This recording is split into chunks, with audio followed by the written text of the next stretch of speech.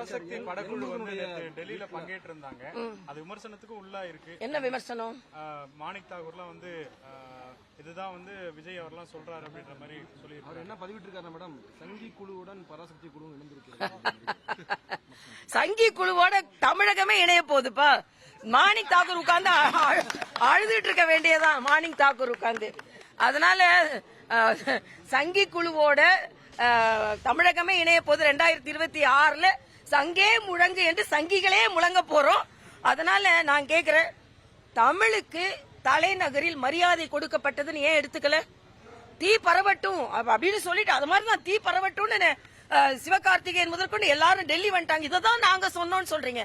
தமிழ் பரவட்டும் நாங்க சொல்றோம். ஒரு தமிழ் கலைஞர்களை மரியாதைக்குரிய மோடி அவர்கள் கை குலுக்கி காங்கிரஸ் கலைஞர்களை கைது செய்தாங்க. அல்லு அர்ஜுனை கைது செய்தாங்க.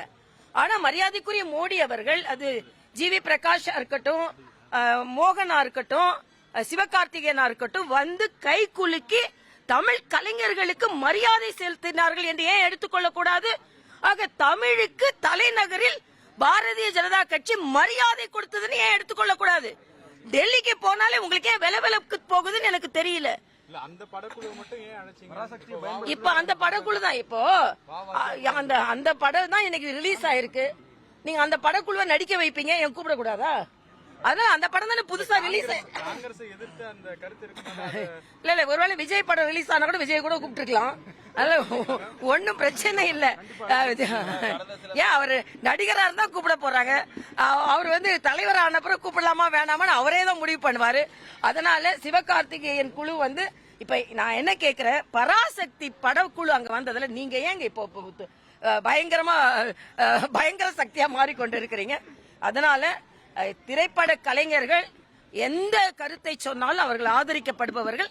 இன்னொன்று, பராசக்தி நிச்சயமாக காங்கிரஸ் எந்த அளவிற்கு தமிழுக்காக போராடியவர்களை சுட்டுக் கொன்றது என்பதை பதிவு செய்திருப்பது எனக்கு மகிழ்ச்சி.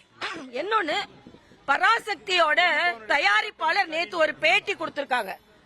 அதுல என்ன சொல்லிருக்காங்கன்னா, நாங்க வந்து சென்சார் போர்டு நான் குறையே சொல்ல மாட்டேன், சென்சார் போர்டு எங்களுக்கு முழு ஒத்துழைப்பை கொடுத்தாங்க அப்படின்னு சொல்லிருக்காங்க. அப்ப ஒரு படம் சென்சார் போர்டு ஒத்துழைப்பு கொடுத்ததுன்னு சொல்லும் போது இன்னொரு படம் சென்சார் போர்டு ஒத்துழைப்பு கொடுக்கலன்னு சொல்றது சரி கிடையாது. அதனால நிச்சயமாக பராசக்தி குழு வந்தது பாஜகவிற்கு மேலும் மேலும் சக்திகள் பெருகி கொண்டிருக்கிறது என்பதைத்தான் காண்பிக்கிறது. ஆமா, பின்ன தலை நிமிர்கிறது தமிழகம் பள்ளி குழந்தைகளுக்கான கூட்டத்தில் சினிமா கலைஞர்களை ஸ்டாலின் கூப்பிடுறாரு. அப்ப யாரும் கேள்வி கேட்க மாட்டாங்க.